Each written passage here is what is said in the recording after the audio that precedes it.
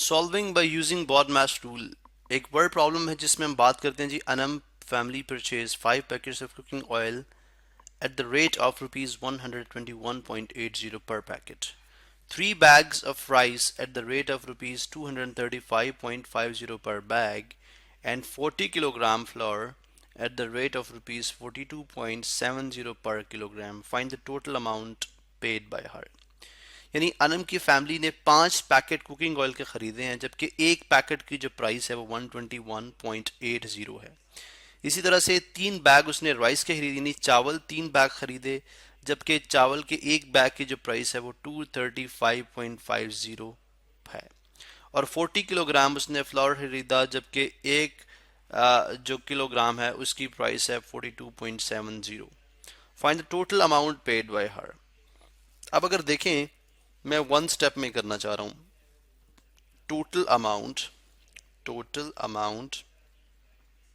Paid, total amount paid वो कितनी है, यानी टोटल अमाउंट पेड यहाँ पे मैं इज इक्वल टू, सबसे पहले देखें 5 पैकेट्स उसने खरीदे हैं, और अगर एक पैकेट की प्राइस 121 हो तो 5 की कितनी हो जाएगी, मल्टीप्लाई कराने से आ जाएगा। ठीक है।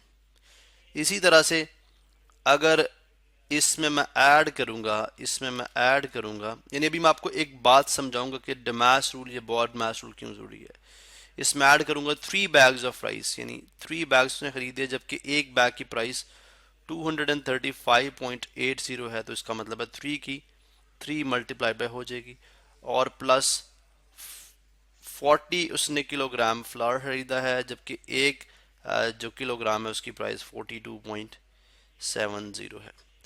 अब अगर हम ब्रैकेट्स का यूज नहीं करते या डमास रूल को फॉलो नहीं करते, सिर्फ यानी पहले डिवीजन सॉल्व करें, फिर मल्टीप्लिकेशन करें, फिर एडिशन या सब्ट्रैक्शन करें, तो हमारे लिए ये क्वेश्चन गलत भी हो सकता है। यहाँ पे पहले मैं इसके साथ इसको ऐड कर दूं, फिर इसके साथ मल्टीप्लाई करा लूं, या इसको इसके साथ ऐड कर लूं, इसके साथ मल्टीप्लाई करा लूं, फिर तो ये प्रॉब्लम रहेगी। हम इस प्रॉब्लम को दूर करने के लिए पैरेंथेसिस का इस्तेमाल कर लेते हैं। पैरेंथेसिस यानी यहाँ पे मैंने पैरेंथेसिस लगा दी, यहाँ पे मैंने पैरेंथेसिस लगा दी। ठीक है। इसी तरह यहाँ पे मैंने भी पैरेंथेसिस लगा दी। अब इसका फायदा क्या हुआ, इससे मुझे इस बात का पता चल गया कि पहले इन दोनों को मल्टीप्लाई करेंगे, फिर हमारे पास जो टोटल प्राइस आएगी फॉर कुकिंग ऑयल, यानी कुकिंग ऑयल के लिए कितने पैसे हमने पे किए। इसी तरह से फिर राइस की प्राइस आ जाएगी, टोटल राइस के लिए हमने कितने पैसे पे किए, और फिर फ्लावर की यानी जो आटा है उसके लिए हमने कितने पैसे पे किए। इसका मतलब है कि ब्रैकेट्स का या BODMAS का रूल बहुत ही इंपॉर्टेंट है। अब इस खास केस में अगर हम ब्रैकेट्स ना भी लगाते तो फिर भी हमें पता है कि डमास रूल के मुताबिक मल्टीप्लिकेशन जो है वो एडिशन से पहले सॉल्व होती है। तो मीन के 121.80 बजाय ये कि पहले 3 में ऐड हो, वो पहले इससे मल्टीप्लाई होगा। तो उस सूरत में भी हमें डमास रूल ही हेल्प करता है कि हम इसको सॉल्व करें। अब हम देखते हैं कि किस तरह से सॉल्व करेंगे। सबसे पहले 121.80 को हम मल्टीप्लाई करेंगे 5। आप कैलकुलेटर, आपको पता है कि इस ग्रेड में कैलकुलेटर अलाउड नहीं होता, तो ये सब कुछ हम खुद करेंगे। देखें ये यूनिट प्लेस है, यानी अगर मैं यहाँ पे आपको यूं समझा दूं मल्टीप्लाइड बाय 5। ठीक है। लेकिन हम जस्ट मल्टीप्लिकेशन करें तो मल्टीप्लिकेशन में हम लिख सकते हैं।